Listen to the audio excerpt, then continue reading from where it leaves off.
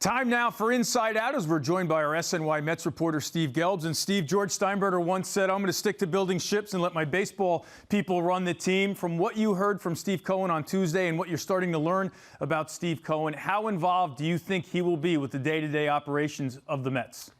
Well, if we take him at what he said today, I don't think that he is going to be, in on every little discussion and every little decision. He says he doesn't micromanage.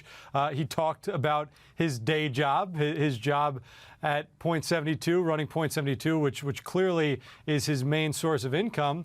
And so I really do think that he is going to delegate, hire the best people possible. I think that's why he hired Sandy Alderson and let Sandy Alderson really run the baseball organization, but he is going to hold people accountable, and that's really the thing with Steve Cohen. He's not going to be, again, in on every minor thing here and there, but he's not going to be out of it either. This is someone who is passionate about this organization. He expects greatness from this organization, set the bar extremely high, and he is going to hold his people accountable to make sure that they're doing everything possible to reach a World Series championship sooner rather than later. And as you mentioned, sooner rather than later, he became awfully close to Steinbrenner-esque when he said he hopes to win a championship in 3 to 5 years. In your eyes, someone who knows this club very well, how aggressive is that timeline?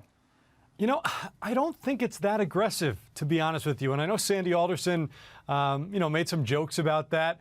But if you look at the way that this team is set up right now in terms of personnel, a lot of people, myself included, thought this past year that they were going to be a contender. Now, clearly it didn't happen. It was a weird season for a number of reasons. The pitching was clearly not there. But in general, you've got the best pitcher in Major League Baseball. You've got, and I know this may shock some people to hear, but now you've got a pretty darn good closer in Edwin Diaz based on his bounce back a year ago.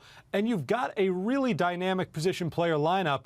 If they can just beef up with some starting pitching, if they can, get a catcher.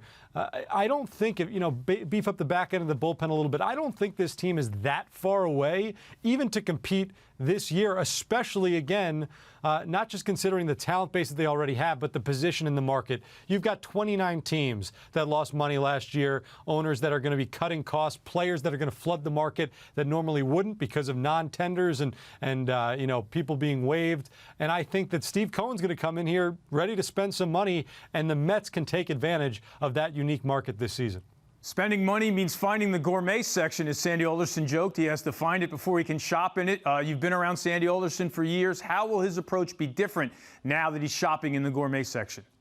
I just think, as he said, that they are going to be in the high end of the aisle, and I don't think that it's going to change necessarily the decision-making process. Steve Cohen said we're not going to go out and spend like drunken sailors, and that fits with what we know of Sandy Alderson.